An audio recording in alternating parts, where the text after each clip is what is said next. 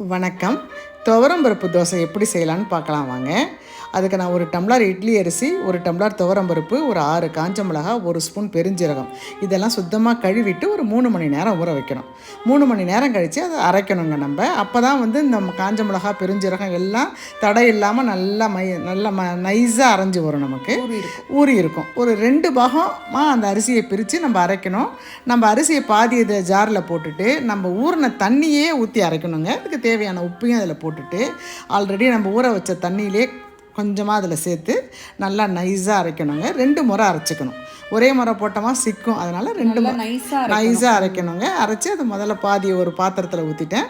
Again மறுபடியும் அதே ஜாரில் 4 பூண்டு பல் போட்டு நம்ம அரைக்கணும். இதை மறுபடியும் சூப்பராக நல்லா நைஸாக மழை அரைச்சா தான் அந்த தோசை நம்ம ஊற்றுறப்ப நம்ம இஷ்டத்துக்கு நல்லா நைஸாக வருங்க.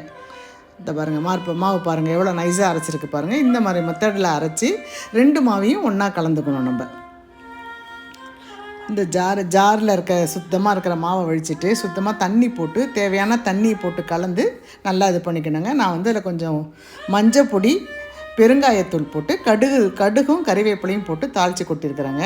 மாவு இந்த பதத்தில் இருக்கணும். தோசைக்கல் நல்லா சூடாகிடுது. இப்போ பாருங்கள், ஒரு 1.5 கரண்டி மாவு போட்டு ஊற்றிருக்கிறேன். எப்படி நைஸாக வந்திருக்கு பாருங்கள். தேவையான எண்ணெய் கொஞ்சம் அதிகமாக போட்டால் தான் அந்த தோசை வந்து நமக்கு நல்ல ருசியாக கிடைக்கும்.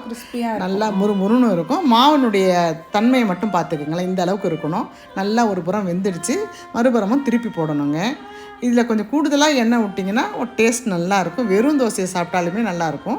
இதுக்கு நம்ம ஒரு பொட்டுக்கடலை தேங்காய் சட்னி இல்லை வேர்கடலை சட்னி, நாங்கள் இன்றைக்கி வந்து வெங்காயம் தக்காளி சட்னி தாங்க அரைச்சிருக்கிறோம். ரொம்ப அருமையாக இருந்தது. 2க்கும் டேஸ்ட்டு அடிச்சிக்க முடியல, அந்த அளவுக்கு இருந்தது. ஒரு தோசை சாப்பிட்றவங்க 2 தோசை கண்டிப்பாக சாப்பிடுவாங்க. நல்லா அருமையாக வெந்துடுச்சிங்க. இப்போ இந்த தோசைக்கு நம்ம இன்றைக்கி நாங்கள் வந்து பெரிய வெங்காயத்தில் ஒரு சட்னி அரைச்சோங்க. ரொம்ப நல்லா இருந்தது.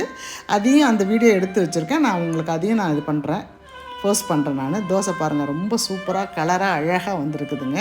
இதை பிடிச்சவங்கெல்லாம் ட்ரை பண்ணி பாருங்கள். ரொம்ப ஈஸியாக இருக்குது. இட்லி மாவு இல்லாத நேரத்தில் இந்த மாவை அரைச்சி செய்திங்கன்னா நல்லாயிருக்கும். இது புளிக்க வேண்டிய அவசியம் இல்லைங்க. ரொம்ப அருமையாக, ரொம்ப மனமாக, ரொம்ப டேஸ்ட்டாக இருந்தது. புரோட்டீன் இது அதிகமாக புரதச்சத்து இருக்குங்க. குழந்தைங்கள்லாம் கொடுக்கலாம், விரும்பி சாப்பிடலாம். அனைவருக்கும் நன்றி, வணக்கம்.